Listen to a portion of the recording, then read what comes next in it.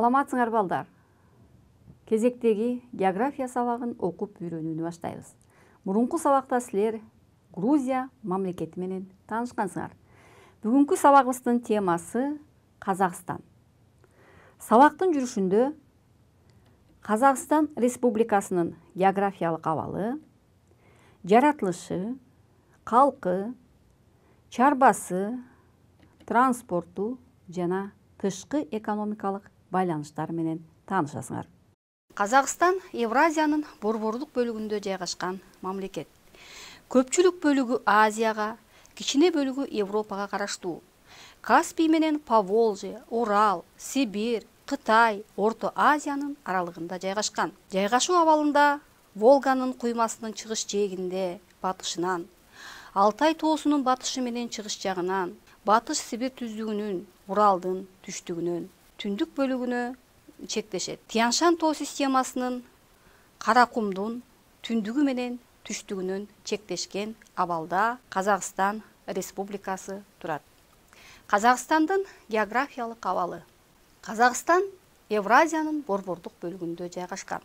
Түндүгүнөн, түндүк батышынан Россия менен чектешет. Түштүк чыгышынан Кытай, түштүгүнөн Кыргыз Республикасы, Өзбекстан, түштүк батышынан Түркмөнстан менен чектешет, батышынан Каспий деңизи чулгап турат. Евразиянын борборунда жайгашкан мамлекет. Көпчүлүк бөлүгү Азияга, бир аз бөлүгү Европага кирет. Аянты боюнча дүйнөдө 9-орунда. Коңшулаш мамлекеттердин шериктештигинде Россиядан кийин 2-орунду ээлейт. Мамлекеттин борбордук бөлүгүндө Сары Арка талаасы ээлеп жатат. Климаты кескин континенталдуу. Январдын орточо температурасы -19 градус Цельсия түндүгүндө болсо, -5 градус Цельсия түштүгүндө. Июлдун орточо температурасы 17 градус Цельсия түндүгүндө, 31 градус түштүгүндө. Айрым убактарда 50 градус Цельсияга чейин жылыйт. Кышы суук, кар аз жаайт. Акмола областында -58 градус Цельсияга чейин температура төмөндөйт. Казакстанда 7 ири дарыялар бар. Алардын узундугу 1000 километрге чейин жетет. Көптөгөн ири жана кичи көлдөр басымдуулук кылат. Каспий деңизи, Арал деңизи, Балхаш көлү, Ала көл, Зайсан, Тенгиз көлдөрү. Жаратылышы өртө ар түрдүү. Топурактары кара, каштан, боз, сары, күрөң топурактуу. Территориясынын көпчүлүк бөлүгүн чөлдөр түзөт. 44%га чейин аймакты ээлейт. 14%га чейинки аймакты жарым чөл, 26%га чейинки аймакты талаа, ал эми 5,5%ды токойлор түзөт. Жаратылышы ар түрдүү, кен байлыктарга бай. Казакстан Евразиядагы бирден бир чоң мамлекет. Казакстан Республикасынын борбору Астана шаары. Аянты 2.724.902 километр квадрат. Калкы 17.439.271 адам жашайт. Жалпы калктын саны боюнча дүйнө жүзүндө 63-орунда турат. Ал эми калктын жыштыгын карап көрө турган болсок, Казакстандын калкынын жыштыгы 1 километр квадрат жерге 6 кишиден туура келет. Бул калктын орточо жыштыгы. Ал эми жалпы калк аймак боюнча бирдей отурукташкан эмес. Калк түштүгүндө, түштүк батышында, түштүк чыгыш бөлүгүндө жана борбордук бөлүктөрүндө өтө жыш отурукташкан аймактар. Ал эми түндүк бөлүгүндө калк өтө сейрек отурукташкан аймак. Казакстандын түндүк бөлүгүндө Европалык улуттагы калк көп отурукташкан. Түндүк бөлүгүндө орустар, украиндер 60-70%га чейин отурукташкан болсо, ал эми түштүк бөлүгүндө 20-30%га чейин гана отурукташкан. Жалпы Европалык улуттагы калктар Казакстандын түндүк бөлүгүндө көп отурукташкан. Бул орустар жана украиндер. Улуттук курамы менен тааныша турган болсок, Казакстанда казактар 65%, Орустар 21,8%, Украиндер 1,8%, Уйгурлар 0,9%, Өзбектер 3%, Татарлар 1,2%. Казакстанда казактардан кийинки экинчи орунда турган улуттар бул орустар 21,8% түшөт. Андан кийинки орунда Казакстанда өзбектер 3% түшөт. Өзбектерден кийинки украиндер 1,8%. Жалпы Казакстандын улуттук курамы өтө ар түрдүү. Казакстандын борбор шаары Астана шаары. 1961 жылдан 1992 жылга чейин Селеноград, 1992 жылдан 1999 жылга чейин Акмола шаары, 1997 жылдан баштап Казакстан Республикасынын борбор шаары деп аталган. Аянты 722 000 километр квадрат. Шаар талаалуу түздүктө Иртыш дарыясынын эки жээгинде жайгашкан. Шаарды эки бөлүккө бөлүп турат. Оң жээк, сол жээк. Астананын айланасында 25-30 километр аралыктарда көптөгөн таза туздуу суулар бар. Климаты кескин континенталдуу, жагымдуу климат. Шаардын чет жакалары бак дарактар менен курчалган. Экономикасынын негизин соода, транспорт жана байланыш курулуш түзөт. Экономикалык көрсөткүчтөрү боюнча Алматыдан кийин экинчи орунда турат. Байтерек монументи Астананын символу катары эсептелет.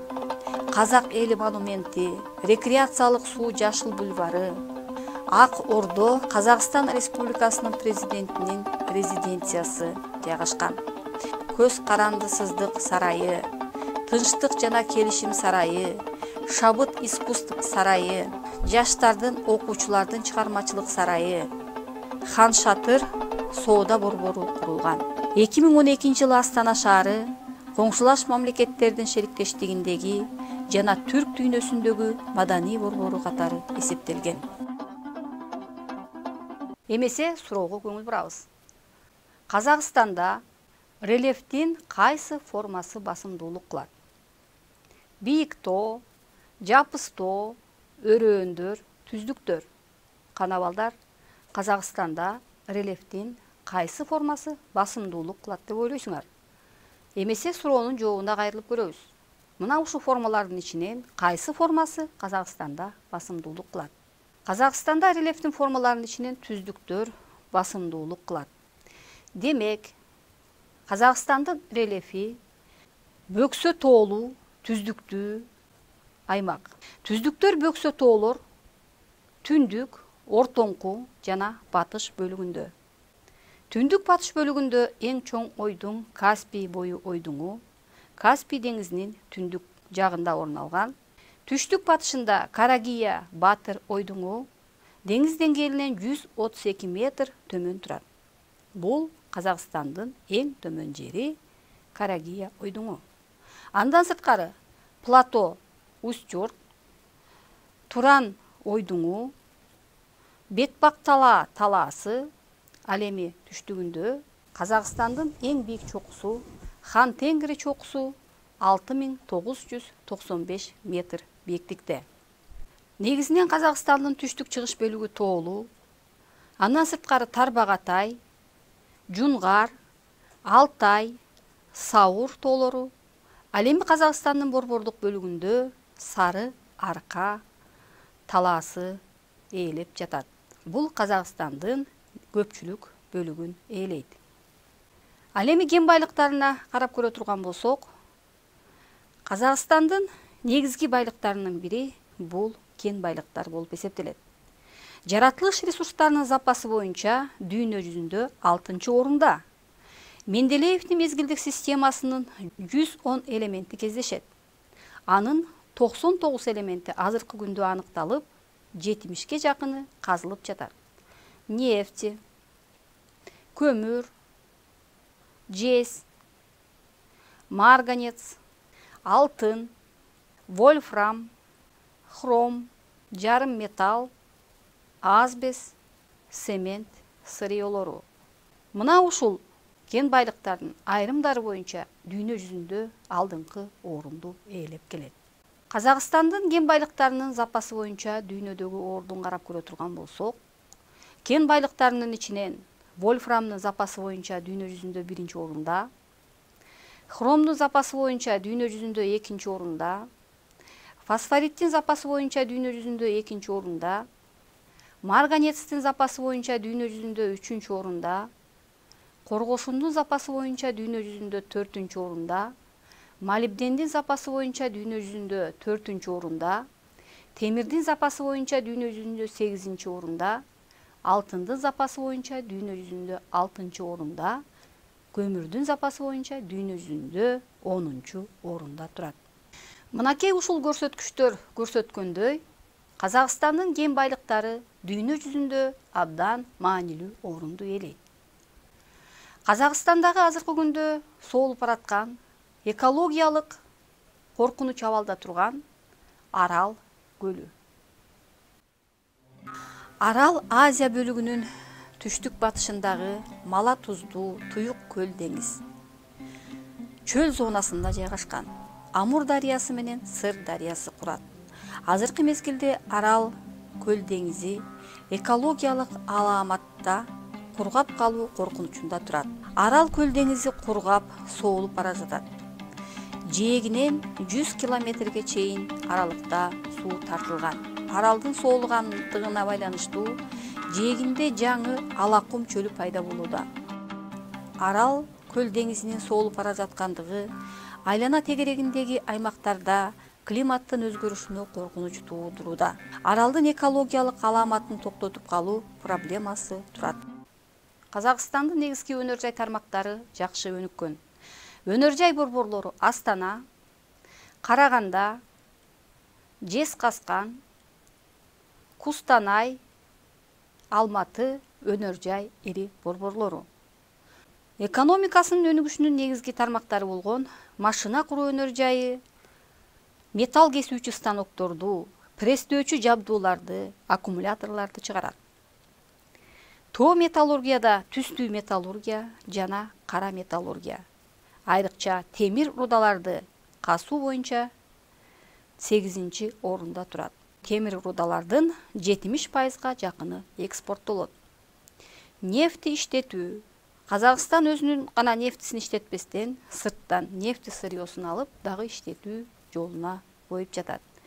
Өнөр жай тармактарында да маанилүү орунду ээлеген химия өнөр жайында нефтехимия, химиялык булалар, жер семирткичтер, синтетикалык жуугуч каражаттар өндүрүлөт. Энергетикалык өнөр жайында айрыкча жылуулук берүүчү өнөр жай тармактары жакшы өнүккөн. Фармацевтикада дары дармектерди өндүрүп чыгарат. Казакстандын фармацевтикалык өнөр жайы азыркы күндө дары дармектерди өндүрүүнү жакшы жолго койгон. Көлдөрдүн бири бул Балкаш көлү. Балкаш Казакстан Республикасынын чыгышындагы туюк көл. Балкаш ала көл ойдуңунда деңиз деңгээлинен 342 метр бийиктикте жайгашкан. Аянты 17.000ден 22 километр квадратка чейин өзгөрүлүп турат. Тереңдиги 26 метрге чейин жетет. Булуң буйткалуу, Сары эшик жарым аралы көлдү экиге бөлөт. Батышынан Иле, чыгышынан Каратал, Ак суу, Лепсы жана башка дарыялар куят. Балкаштын батыш бөлүгүндө суусу тузсуз, таза. Чыгыш бөлүгү туздуураак. Ноябрда тоңуп, апрелде эрийт. Балык кармалат, кеме жүрөт, боюнда Балкаш шаары бар. Казакстандын негизинен нефть иштетүү өнөр жайы абдан жакшы жолго коюлууда. Казакстанда нефть-газ борбору. Казакстан жылына 100 миллионго жакын тонна нефтини казып алууда. Ал эми 2015-жылга 150 миллион тонна нефти казып алууну алдыга койгон. Мына ошо эгерде Казакстан 150 миллион тонна нефти казууга жетишкен болсо, алдыдагы дүйнө жүзүндөгү 10 мамлекеттердин катарына кирүү максаты турат. Казакстандын нефти-газ байлыктары абдан көп. Алар айрыкча нефти-газ Казакстандын батыш жана борбордук бөлүктөрүндө азыркы күндө иштеп жаткан аракеттеги нефти түтүгү түштүктө чыгышты карай Борбордук Азия, Кытай аракеттеги нефти түтүгү, батышында Орто Азия борбордук аракеттеги нефти түтүгү түштүктөн түндүктү карай багытталган. Андан сырткары аракеттеги газ түтүгү батышта, чыгыштан батышты карай Тенгиз Новороссийск газ түтүгү, борбордук бөлүгүнөн Ата суу, Алашан Коо батыштан чыгышты карай газ түтүктөрү азыркы күндө иштеп жатат. Андан сырткары келечекте Казакстандын территориясынын түндүк бөлүгүндө Кара Чаганак, Астана нефти түтүгү курулуу каралууда. Казакстанда нефти өнөр жайы үчүн эң ири нефти кендери Караганак, Досор, Макат, Узен, Жетибай, Каламкас, Каражанбас, Тенгиз Казакстанда эң ири нефти кендери болуп эсептелет. Ал эми Казакстанда дүйнө жүзүндөгү эң чоң космодром Байконур космодрому. Байконур космодрому дүйнөдөгү биринчи космодром. Казакстандын территориясында 150 метр бийиктикте түздүктө жайгашкан. Аянты 67.017 километр квадрат. Байконурда космостук ракеталар учурулат. Бир жылдын ичинде 21 ракета учурулган. Ракета учуруу боюнча Америка Кошмо Штатынын Канаверал тумшугундагы космодромдон кийинки экинчи орунда турат. 1957 жылы дүйнө жүзүндө биринчи жолу жердин жасалмасы Спутник 1 учурулган. Дүйнөдөгү ири космодром бул Байконур космодрому. Казакстандын айыл чарбасын карап көрө турган болсок, айыл чарбасы экономиканын маанилүү сектору. Айыл чарбасынын негизги тармактары мал чарбасы, жаратылыштын ар түрдүүлүгү, калктын салттуу түрдө мал багуусу, жылкы, ири мүйүздүү мал, кой жана топоз чарбасын өнүктүрүүгө ыңгайлуу шарттарды түзөт. Дыйканчылык чарбасында негизги дыйканчылыктын эң маанилүү булагы бул буудай дан чарбасы. Дан өстүрүү боюнча Россия Украинадан кийин 3-чү орунда турат. Андан сырткары күн карама, пахта жана алма, жашылча жер жемиштери өстүрүлөт. Казакстандагы Алмата шаарынын алманын атасы деп аталышынын себеби дагы жөндөн айтылган эмес. Суроого жооп беребиз. Кайсы өсүмдүктү көп өстүрүп экспорттойт? Дан эгиндерди, тамеки, пахта, алма. Кана кайсы өсүмдүктү көп өстүрүп экспорттойт деп ойлойсуңар? Суроонун жообуна кайрылып көрөлү. Мына ушул өсүмдүктөрдүн ичинен көп өстүрүлүп экспортко ээ болгон бул дан эгиндери. Дан эгиндердин ичинен айрыкча буудай. Буудай өсүмдүктөрүн өстүрүү Казакстанда абдан жакшы жолго коюлган. Буудайды жылдын кандай мезгили, кандай климаттык катаалдыктарга карабастан жыл сайын 60-70% жакын дан эгиндерди экспортко чыгарып келет. Казакстандын тышкы экономикалык байланыштары. Казакстан коңшулаш мамлекеттин шериктештиги өлкөлөрү, Балтика өлкөлөрү, Германия, Англия, Турция, Италия, Чехия, Швейцария,